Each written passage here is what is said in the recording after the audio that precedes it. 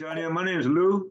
I Yeah, have Lou. a unethical seller, and Okay. this unethical seller has been withholding or not providing the financial information so that my buyer can do a due diligence. Yeah.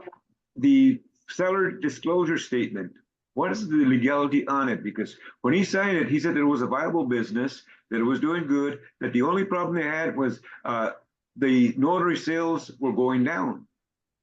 Well, we finally were able to get the store performance records from the home office. This is a postal annex. And Yeah. it indicates that what we based the purchase price on, the generated income has gone down by 30%. Yes, significantly. It is not a low performance store. It is losing money continuously. The Yeah. seller didn't disclose that. So now what we want to do is we want to lower the sales purchase price by 30%, just the same as the generated income was there. And we're asking for a mutual agreement on it. The seller has stopped talking to us completely. And I pointed out the Second Amendment on the second paragraph that basically states, paragraph 24 that states about mediation.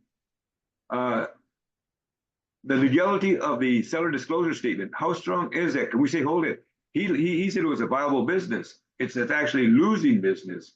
So this buyer is still willing to go along and close the transaction as long as the price gets down. But he is saying, oh, you agreed on this price, but he lied about the whole thing. So it's like, if we would have known it was a losing business, the buyer would have never made an offer on it, but we're already in there.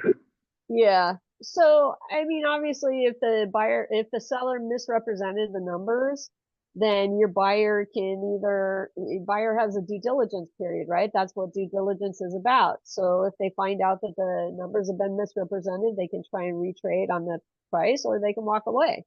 If the seller's basically saying, no, I'm not going to retrade on the price, then the buyer has the right to walk away and just terminate the transaction. It's Well, this pretty being a tough to force franchise, a seller.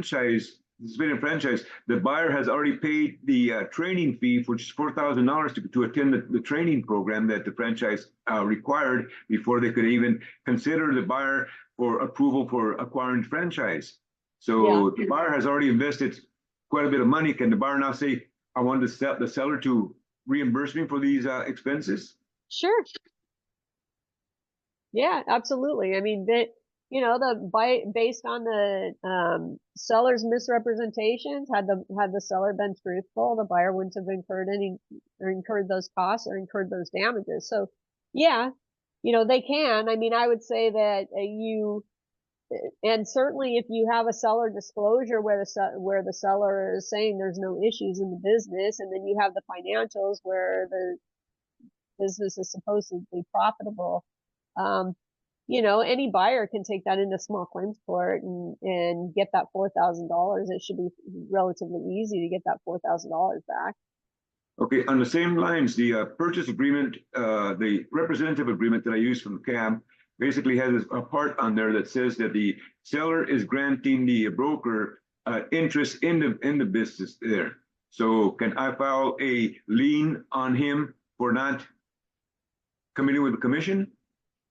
Well, you brought him a ready, willing, and able buyer that put in an offer, and he agreed to accept it. Now the buyer is trying to retrade, but trying to retrade based on misrepresentation. So the fact that I mean, in theory, you could send them an invoice for your fee. You could try and collect your fee.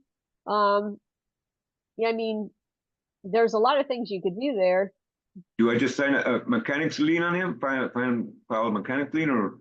Well, you can't do a mechanics lien. You can only do mechanics liens on real estate. You can file. I mean, if your representation agreement is valid or still valid, hasn't expired, you can file a UCC1, a security interest against a business. And then, so what I would probably do would be file a UCC1 and then also send him an invoice for whatever your fee was supposed to be on the deal. He's going to say, I'm not paying that. It's like, well, you know, you owe, the fee is due according to the terms of the contract.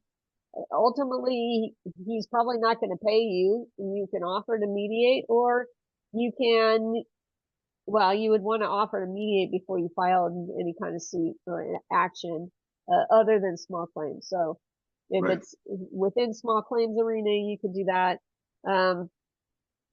But you know, he's not, I mean, a seller like that's not going to turn around and write you a check. But if he does try to sell the business again at the point in time where it comes into escrow, there's going to be a conversation to be had. That's what I want And to do. That's what I yeah, want to because do. they'll let you know when they do a UCC search. They'll reach out to you and ask you what your demand is, and you tell them the amount of the fee that was due to you, and you know, then he's got choices to make, and so does the buyer.